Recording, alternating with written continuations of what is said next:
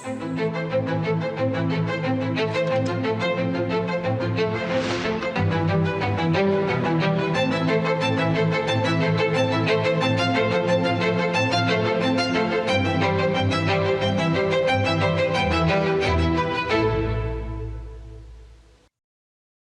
વહાલા દેશવાસીઓ, મન કી બાતમાં આપ સૌની સાથે જોડાવવું, આપ સૌ પાસેથી શીખવું, દેશના લોકોની ઉપલબ્ધિઓ વિશે જાણવું ખરેખર મને ખૂબ જ સુખદ અનુભવ આપે છે।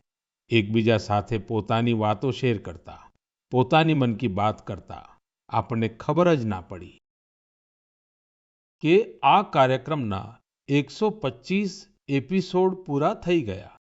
આજે આ કાર્યક્રમનો 126મો એપિસોડ છે અને આજના દિવસ સાથે કેટલીક વિશેષતાઓ પણ જોડાયેલી છે।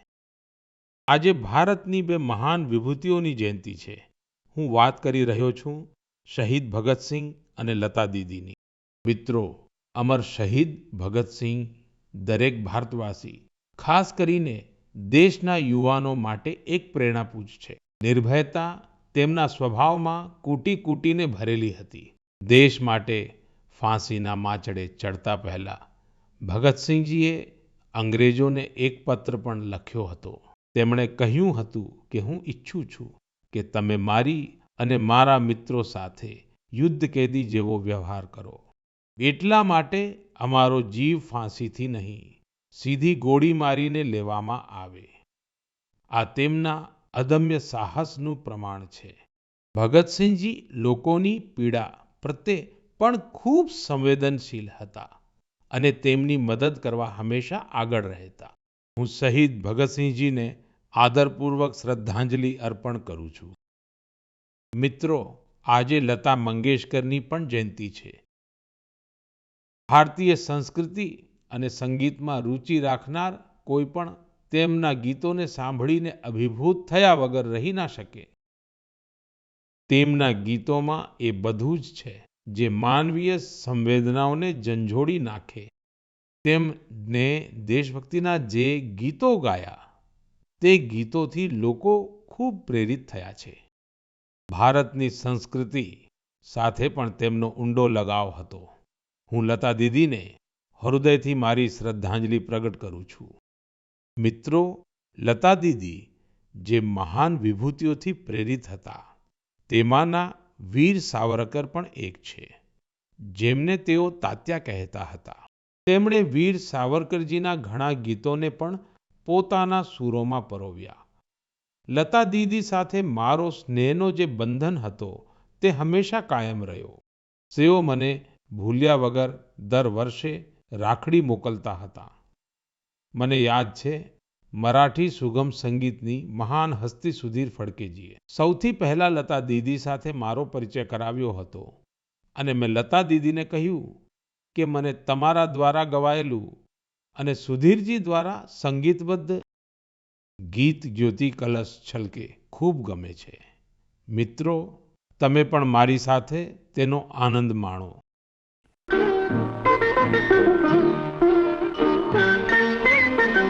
ज्योति कलश छलके, ज्योति कलश छलके, ज्योति कलश छलके, ज्योति कलश छलके। वे गुलाबी लाल सुनहरे रंग दल बादल के, ज्योति कलश छलके। મારા વહાલા દેશવાસીઓ, નવરાત્રિના આ સમયમાં આપણે શક્તિની ઉપાસના કરીએ છીએ। આપણે નારી શક્તિનો ઉત્સવ મનાવીએ છીએ। બિઝનેસથી લઈને સ્પોર્ટ્સ સુધી અને એજ્યુકેશનથી લઈને સાયન્સ સુધી તમે કોઈ પણ ક્ષેત્ર લઈ લો, દેશની દીકરીઓ દરેક જગ્યાએ પોતાનો ઝંડો ફરકાવી રહી છે। આજે તેઓ આ પડકારોને પણ પાર કરી રહી છે, જેમની કલ્પના કરવી પણ મુશ્કેલ છે। જો હું તમને આ સવાલ કરું કે શું તમે સમુદ્રમાં સતત 8 મહિના રહી શકો છો, શું તમે સમુદ્રમાં હલેસાવાળી હોડી એટલે કે પવનના વેગથી આગળ વધતી હોડીથી 50,000 કિલોમીટરની યાત્રા કરી શકો છો અને એ પણ ત્યારે જ્યારે સમુદ્રમાં હવામાન ગમે ત્યારે ખરાબ થઈ જાય? આવું કરતા પહેલા તમે 1000 વાર વિચારશો, પણ ભારતીય નૌસેનાની બે બહાદુર ઓફિસર્સે નાવિકા સાગર પરિક્રમા દરમિયાન આવું કરી બતાવ્યું છે. તેમણે બતાવ્યું છે કે સાહસ અને દ્રઢ સંકલ્પ શું હોય છે. આજે હું મન કી બાતના શ્રોતાઓને આ બે બહાદુર ઓફિસર્સ સાથે મળાવવા માંગુ છું. એક છે લેફ્ટનન્ટ કમાન્ડર દિલના અને બીજા છે લેફ્ટનન્ટ કમાન્ડર રૂપા. આ બંને ઓફિસર્સ આપણી સાથે ફોન લાઈન પર જોડાયેલા છે. હલો. Hello sir. નમસ્કાર જી. નમસ્કાર સર. તો મારી સાથે લેફ્ટનન્ટ કમાન્ડર દિલના ને લેફ્ટનન્ટ કમાન્ડર રૂપા બંને છો તમે સાથે? જી સર, બંને છીએ. ચાલો આપ બંનેને નમસ્કારમ અને વણક્કમ. વણક્કમ સર, નમસ્કારમ સર. અચ્છા, સૌથી પહેલા તો દેશવાસીઓ તમારા બંને વિશે સાંભળવા માંગે છે. તમે જરા જણાવો. સર, હું લેફ્ટનન્ટ કમાન્ડર દિલના છું અને ઇન્ડિયન નેવીમાં લોજિસ્ટિક્સ કેડરથી છું. સર, હું નેવીમાં 2014માં કમિશન થઈ હતી સર, અને હું કેરળમાં કોડિકોડથી છું. સર, મારા ફાધર આર્મીમાં હતા અને મારા મધર હાઉસવાઈફ છે. મારા હસબન્ડ પણ ઇન્ડિયન નેવીમાં ઓફિસર છે સર, અને મારી સિસ્ટર એનસીસીમાં નોકરી કરે છે. જય હિન્દ સર, હું લેફ્ટનન્ટ કમાન્ડર રૂપા છું અને મેં નેવી 2017માં નેવલ આર્મામેન્ટ ઇન્સ્પેક્શન કેડરમાં જોઈન કર્યું છે. અને મારા ફાધર તમિલનાડુથી છે અને મારા મધર પોંડિચેરીથી છે. મારા ફાધર એરફોર્સમાં હતા સર. એકચ્યુઅલી ડિફેન્સ જોઈન કરવા માટે મને તેમનાથી જ પ્રેરણા મળી અને મારા મધર હોમ મેકર હતા. અચ્છા દિલના અને રૂપા, હું તમારાથી એ જાણવા માંગીશ કે તમારી જે સાગર પરિક્રમામાં તમારો જે એક્સપિરિયન્સ રહ્યો દેશ એ સાંભળવા માંગે છે. અને હું પાક્કું માનું છું કે આ કોઈ સરળ કામ નથી. ઘણી મુશ્કેલીઓ આવી હશે, ઘણી મુશ્કેલીઓ તમારે પાર કરવી પડી હશે.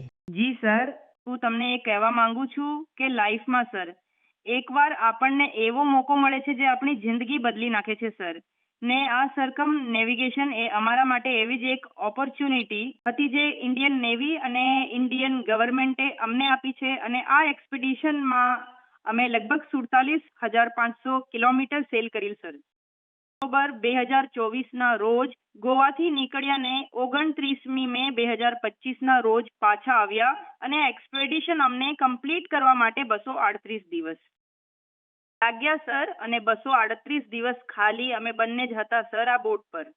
અને સર, આ એક્સપેડિશન માટે અમે 3 વર્ષની તૈયારી કરી. નેવિગેશનથી લઈને કમ્યુનિકેશન, ઇમરજન્સી ડિવાઇસીસને કેવી રીતે ઓપરેટ કરવા, ડાઇવિંગ કેવી રીતે કરવું, અને બોટમાં કોઈ પ્રકારની એમરજન્સી હોય જેમ કે મેડિકલ એમરજન્સી હોય તેને કેવી રીતે મેનેજ કરવી, એ બધા વિશે અમને ઇન્ડિયન નેવી ટ્રેનિંગ આપી સર. અને આ યાત્રામાં સૌથી મેમોરેબલ મોમેન્ટ હું કહેવા માંગુ છું સર કે અમે ભારતનો ઝંડો પોઈન્ટ નિમો પર ફરકાવ્યો સર. સર, પોઈન્ટ નિમો વિશ્વના સૌથી રિમોટેસ્ટ લોકેશન પર છે સર. સૌથી નજીક ત્યાંથી કોઈ માણસ હોય તો તે ઇન્ટરનેશનલ સ્પેસ સ્ટેશનમાં છે અને ત્યાં એક સેલ બોટમાં પહોંચનારા પહેલા ભારતીય અને પહેલા એશિયન અને વિશ્વના પહેલા વ્યક્તિ અમે બન્યા સર. અને આ અમારા માટે ગર્વની વાત છે સર. વાહ, ખૂબ ખૂબ અભિનંદન તમને. Thank you sir. તમારા બહેનપણી પણ કંઈક કહેવા માંગતા હશે. સર, હું એ કહેવા માંગુ છું કે આ સેલ બોટથી આ દુનિયાનું સરકમ નેવિગેશન જેમણે કર્યું છે તેમનો નંબર માઉન્ટ એવરેસ્ટ પહોંચનારાના નંબર કરતાં ઘણો ઓછો છે. અને એકચ્યુઅલી જે સેલ બોટથી એકલા જે સરકમ નેવિગેશન કરે છે તેમનો નંબર જે સ્પેસમાં ગયા છે તેમના નંબર કરતાં પણ ઘણો ઓછો છે. બરાબર છે. આટલી કોમ્પ્લેક્સ જર્ની માટે બહુ ટીમ વર્કની જરૂર હોય છે. અને ત્યાં તો ટીમમાં તમે બે જ ઓફિસર્સ હતા. તમે લોકોએ આને કેવી રીતે મેનેજ કર્યું? સર, આવી યાત્રા માટે અમારે બને એક સાથે મહેનત કરવી પડતી હતી. અને જેમ લેફ્ટનન્ટ કમાન્ડર દિલનાએ કહ્યું, આ અચીવ કરવા માટે ખાલી અમે બંને જ હતા બોટ પર. અને અમે બોટ રિપેરર હતા, એન્જિન મિકેનિક હતા, cell maker, medical assistant, Cook, cleaner, diver, navigator અને બધું જ એકસાથે બનવું પડતું હતું. અને આ અમને અચીવ કરાવવા માટે ઇન્ડિયન નેવીનું મોટું કોન્ટ્રીબ્યુશન હતું અને અમને દરેક પ્રકારની ટ્રેનિંગ આપી છે. એકચ્યુઅલી સર, અમે 4 વર્ષથી સાથે સેલ કરી રહ્યા છીએ, તો એકબીજાની સ્ટ્રેન્થ અને વીકનેસ અમને સારી રીતે ખબર છે. એટલા માટે અમે બધાને કહીએ છીએ કે અમારી બોટ પર એક ઇક્વિપમેન્ટ હતું જે ક્યારેય ફેલ નથી થયું. એ અમારું બંનેનું ટીમ વર્ક હતું. બરાબર છે. હવામાન જ્યારે બગડતું, કારણ દરિયાઈ દુનિયા તો એવી જ છે જ્યાં હવામાનનું કોઈ ઠેકાણું નથી હોતું, તો તમે એ સિચ્યુએશનને કેવી રીતે હેન્ડલ કરતા? સર, અમારી યાત્રામાં ઘણા બધા એડવર્સ ચેલેન્જીસ હતા સર. અમારે આ એક્સપેડિશનમાં ઘણા ચેલેન્જીસ ફેસ કરવા પડ્યા. એસ્પેશિયલી સર, સધર્ન ઓશનમાં હંમેશા હવામાન ખરાબ હોય છે. અમારે 3 તોફાનોને પણ ફેસ કરવા પડ્યા ને સર. અમારી બોટ માત્ર 17 મીટરની છે અને લેન્થમાં તેની વીથ છે માત્ર 5 મીટર. તો ક્યારેક ક્યારેક કેટલાક મોજા આવતા જે 3 સ્ટોરી બિલ્ડિંગ કરતાં પણ મોટા હતા સર. અને અમે ખૂબ વધારે ગરમી અને ખૂબ વધારે ઠંડી બંને ફેસ કરી છે અમારી જર્નીમાં. એન્ટાર્કટિકામાં સર, જ્યારે અમે સેલ કરી રહ્યા હતા, અમારું ટેમ્પરેચર 1 ડિગ્રી સેલ્સિયસ અને 90 કિલોમીટર પર અવરનો પવન બંનેનો એકસાથે અમારે સામનો કરવો પડ્યો હતો. અને ઠંડીથી બચવા માટે અમે 6 થી 7 લેયર કપડાં એક સાથે પહેરતા હતા અને આખો સધર્ન ઓશન અમે આવા 7 લેયર ઓફ ક્લોધિંગથી પાર કર્યો સર.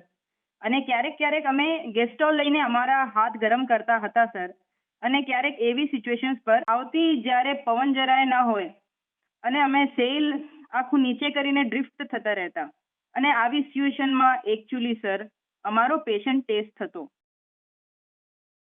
લોકોને સાંભળી નવાઈ લાગતી હશે કે દેશની દીકરીઓ આવા કષ્ટ ઉઠાવી રહી છે. આ પરિક્રમા વખતે તમે ઘણા દેશમાં રોકાયા હતા. ત્યાંના લોકો તમને જોઈ શું વિચારતા હશે?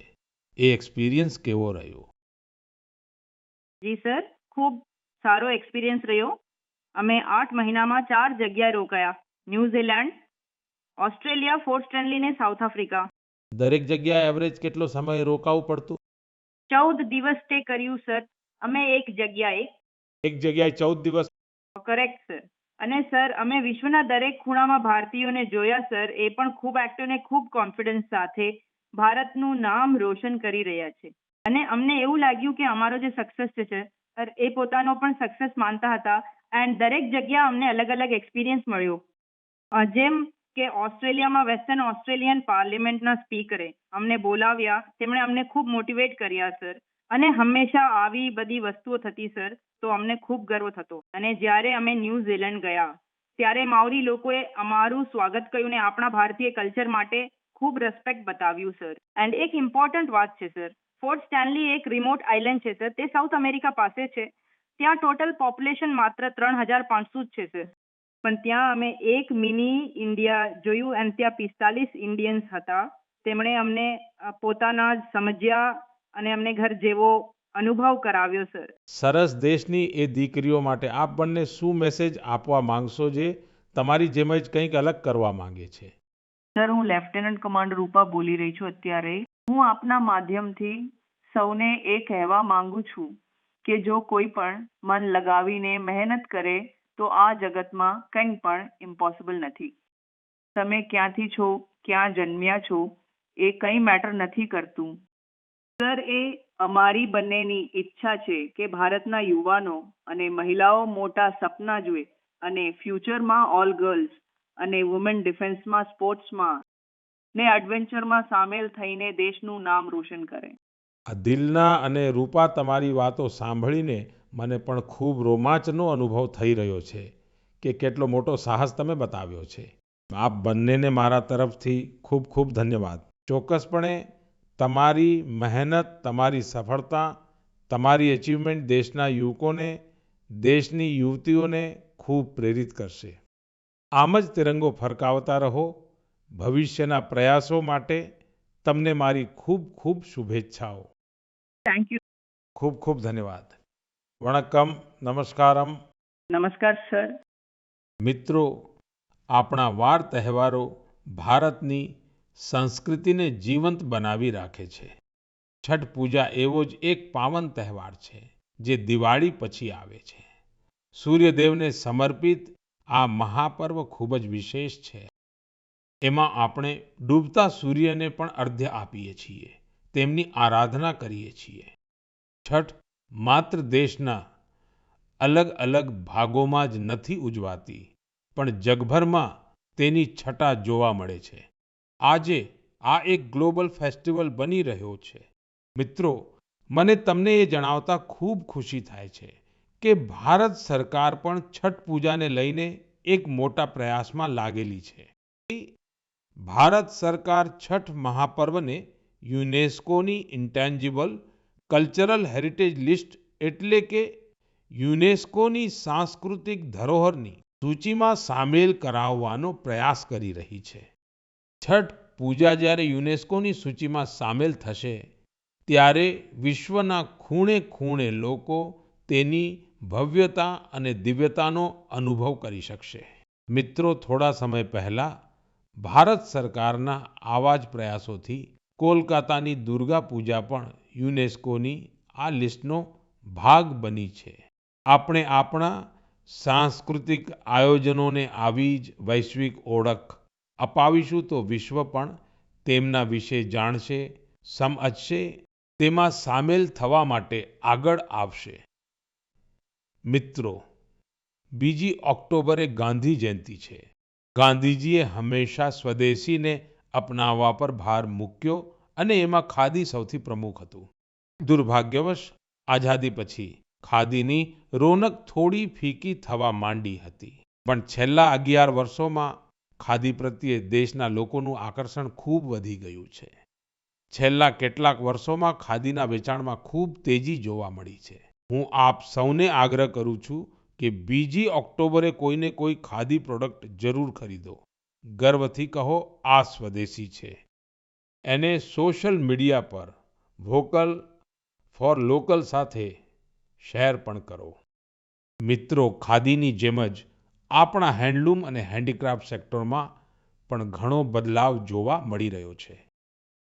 આજે આપણા દેશમાં એવા ઘણા ઉદાહરણો સામે આવી રહ્યા છે જે બતાવે છે કે જો પરંપરા અને ઇનોવેશનને એક સાથે જોડી દેવામાં આવે તો અદ્ભુત પરિણામો મળી શકે છે.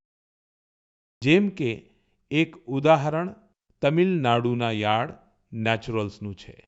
અહીં અશોક જગદીશનજી અને પ્રેમ સેલ્વારાજજીએ કોર્પોરેટ નોકરી છોડી એક નવી શરૂઆત કરી. તેમણે ઘાસ અને કેળાના ફાઇબરથી યોગા મેટ બનાવ્યા, હર્બલ રંગોથી કપડાં રંગ્યા અને 200 પરિવારોને ટ્રેનિંગ આપીને તેમને રોજગાર આપ્યો. ઝારખંડના આશીષ સત્યવ્રત સાહુજીએ જોહારગ્રામ બ્રાન્ડ દ્વારા આદિવાસી વણાટ અને પરિધાનોને ગ્લોબલ રેમ્પ સુધી પહોંચાડ્યા છે. તેમના પ્રયાસોથી આજે ઝારખંડની સાંસ્કૃતિક ધરોહરને બીજા દેશોના લોકો પણ જાણવા લાગ્યા છે. બિહારના મધુબની જિલ્લાના સ્વીટી કુમારીજીએ તેમણે પણ સંકલ્પ ક્રિએશન શરૂ કર્યું છે. મિથિલા પેઇન્ટિંગને તેમણે મહિલાઓની આજીવિકાનું સાધન બનાવી દીધું છે.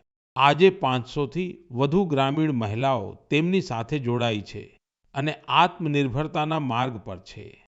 સફળતાની આ બધી ગાથાઓ આપણને શીખવે છે કે આપણી પરંપરાઓમાં આવકના કેટલાય સાધનો છુપાયેલા છે. જો ઈરાદો પાક્કો હોય તો સફળતા આપણાથી દૂર જઈ શકતી નથી. મારા વહાલા દેશવાસીઓ, આવનારા થોડા જ દિવસોમાં આપણે વિજયાદશમી મનાવવાના છીએ. આ વખતે વિજયાદશમી એક બીજા કારણથી પણ ખૂબ વિશેષ છે. આ જ દિવસે રાષ્ટ્રીય સ્વયંસેવક સંઘની સ્થાપનાના 100 વર્ષ થઈ રહ્યા છે. એક શતાબ્દીની આ યાત્રા જેટલી અદ્ભુત છે, અભૂતપૂર્વ છે, તેટલી જ પ્રેરક છે.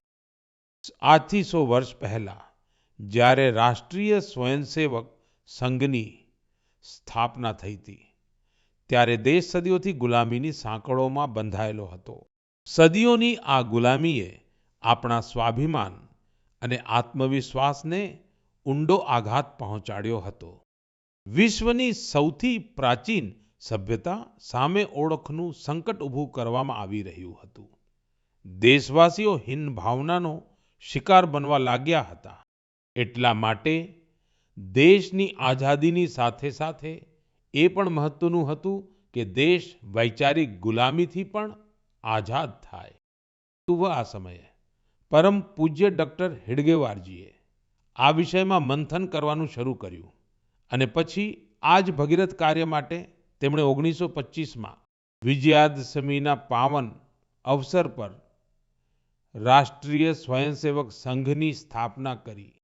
ડોક્ટર સાહેબના ગયા પછી પરમ પૂજ્ય ગુરુજીએ રાષ્ટ્ર સેવાના આ મહાયજ્ઞને આગળ વધાર્યો. ये परम पूज्य गुरुजी कहता કે રાષ્ટ્રાય સ્વાહા ઇદમ રાષ્ટ્રાય ઇદમ નમ, એટલે કે આ મારું નથી, રાષ્ટ્રનું છે. આમાં સ્વાર્થથી ઉપર ઉઠીને રાષ્ટ્ર માટે સમર્પણનો ભાવ રાખવાની પ્રેરણા છે. ગુરુજી ગોલવલકરજીના આ વાક્ય લાખો સ્વયંસેવકોને ત્યાગ અને સેવાનો માર્ગ બતાવ્યો છે.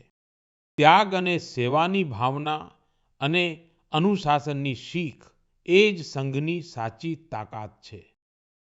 આજે આરએસએસ 100 વર્ષથી થાક્યા વગર, રોકાયા વગર રાષ્ટ્ર સેવાના કાર્યમાં લાગેલું છે. એટલા માટે આપણે જોઈએ છીએ દેશમાં ક્યાંય પણ કુદરતી આફત આવે, આરએસએસના સ્વયંસેવકો સૌથી પહેલા ત્યાં પહોંચી જાય. લાખો લાખ સ્વયંસેવકોના જીવનના દરેક કર્મ, દરેક પ્રયાસમાં રાષ્ટ્ર પ્રથમ, નેશન ફર્સ્ટની આ ભાવના હંમેશા સર્વોપરી રહે છે. હું રાષ્ટ્ર સેવાના મહાયજ્ઞમાં પોતાને સમર્પિત કરી રહેલા દરેક સ્વયંસેવકને મારી શુભકામનાઓ અર્પણ કરું છું. મારા વહાલા દેશવાસીઓ, આવતા મહિને 7 ઓક્ટોબરે મહર્ષિ વાલ્મીકી જયંતિ છે. આપણે સૌ જાણીએ છીએ મહર્ષિ વાલ્મીકી ભારતીય સંસ્કૃતિના કેટલા મોટા આધાર છે. એ મહર્ષિ વાલ્મીકી જ હતા જેમણે આપણને ભગવાન રામની અવતાર કથાઓથી આટલા વિસ્તારથી પરિચિત કરાવ્યા. તેમણે માનવતાને રામાયણ જેવો અદ્ભુત ગ્રંથ આપ્યો. મિત્રો, રામાયણનો આ પ્રભાવ તેમાં સમાયેલા ભગવાન રામના આદર્શો અને મૂલ્યોને કારણે છે. ભગવાન રામે સેવા, સમરસતા અને કરુણાથી સૌને ભેટ્યા હતા. એટલા માટે આપણે જોઈએ છીએ મહર્ષિ વાલ્મીકીની રામાયણના રામ માતા શબરી અને નિષાદરાજની સાથે જ પૂર્ણ થાય છે. એટલા માટે મિત્રો, અયોધ્યામાં જ્યારે રામ મંદિરનું નિર્માણ થયું તો સાથે નિષાદરાજ અને મહર્ષિ વાલ્મીકીનું પણ મંદિર બનાવવામાં આવ્યું. મારો તમને આગ્રહ છે, તમે પણ જ્યારે અયોધ્યામાં રામલલ્લાના દર્શન કરવા જાઓ તો મહર્ષિ વાલ્મીકી અને નિષાદરાજ મંદિરના દર્શન જરૂર કરજો. મારા વહાલા દેશવાસીઓ, કળા, સાહિત્ય અને સંસ્કૃતિની સૌથી ખાસ વાત એ હોય છે કે તે કોઈ એક દાયરામાં બંધાયેલી નથી હોતી. એમની સુગંધ બધી સીમાઓને પાર કરીને લોકોના મનને સ્પર્શે છે. હાલમાં પેરિસના એક કલ્ચરલ ઇન્સ્ટિટ્યૂટ સાઉથ મંડપાએ પોતાના 50 વર્ષ પૂરા કર્યા. આ સેન્ટરે ભારતીય નૃત્યને લોકપ્રિય બનાવવામાં પોતાનું વ્યાપક યોગદાન આપ્યું છે. તેની સ્થાપના મિલેના સાલ્વિનીએ કરી હતી. એમને થોડા વર્ષ પહેલા પદ્મશ્રીથી સન્માનિત કરવામાં આવ્યા હતા. હું સાઉથ મંડપા સાથે જોડાયેલા બધા લોકોને ખૂબ ખૂબ અભિનંદન પાઠવું છું અને ભવિષ્યના પ્રયાસો માટે એમને શુભકામનાઓ પાઠવું છું. મિત્રો, હવે હું તમને 2 નાની ઓડિયો ક્લિપ સંભળાવી રહ્યો છું. એના પર ધ્યાન આપજો. दयालु सित किन सितना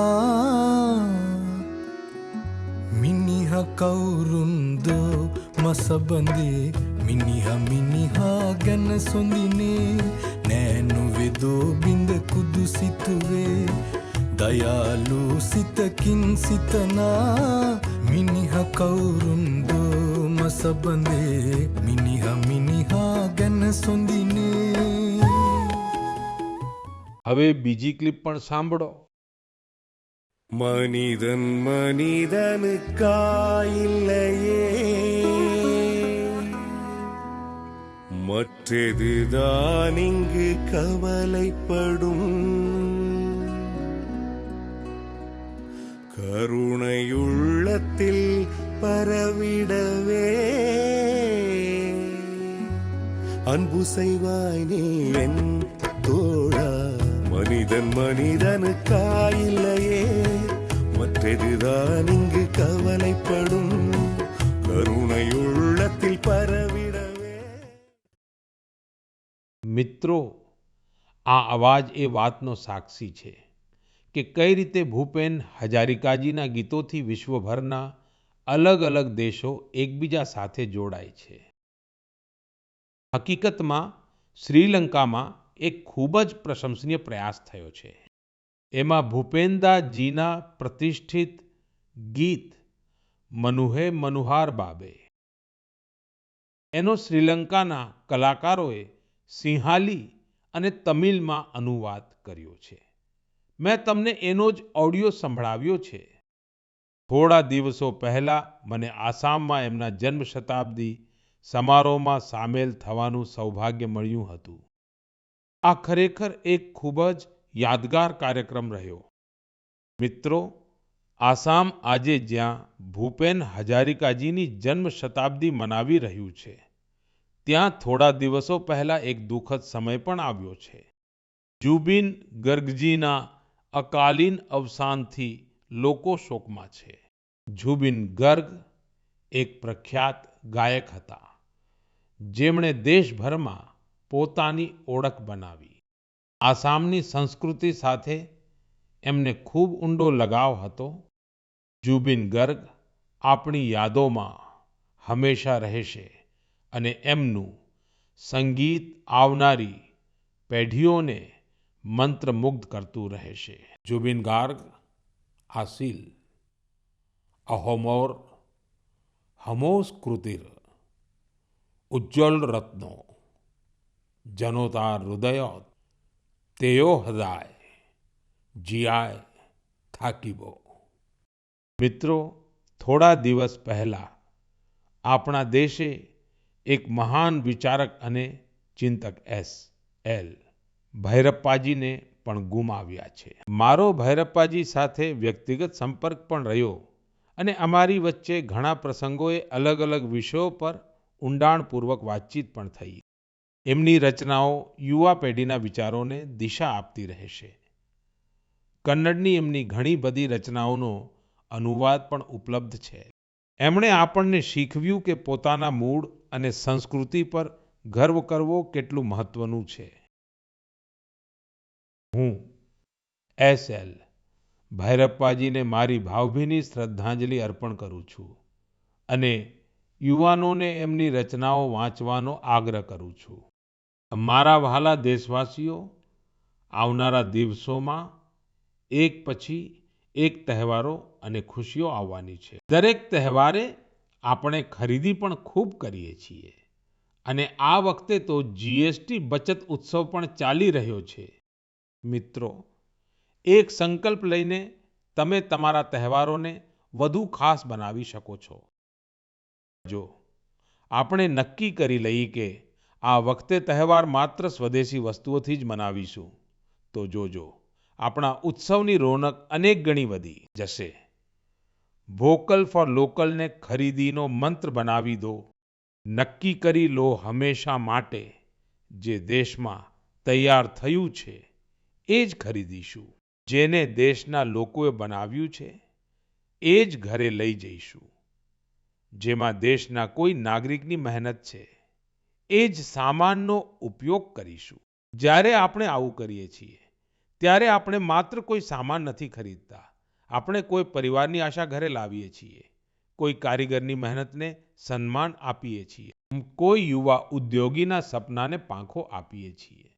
મિત્રો, તહેવારો પર આપણે સૌ આપણા ઘરની સફાઈમાં લાગી જઈએ છીએ, પણ સ્વચ્છતા માત્ર ઘરની 4 દિવાલો સુધી સીમિત ના રહે. ગલી, મહોલ્લો, બજાર, ગામ, દરેક જગ્યાએ સફાઈ આપણી જવાબદારી બને. મિત્રો, આપણે ત્યાં આખો સમય ઉત્સવોનો સમય રહે છે અને દિવાળી એક પ્રકારે મહાઉત્સવ બની જાય છે. હું આપ સૌને આવનારી દીપાવલીની પણ ખૂબ ખૂબ શુભકામનાઓ પાઠવું છું. પણ સાથે સાથે ફરી એકવાર કહીશ કે આપણે આત્મનિર્ભર બનવાનું છે.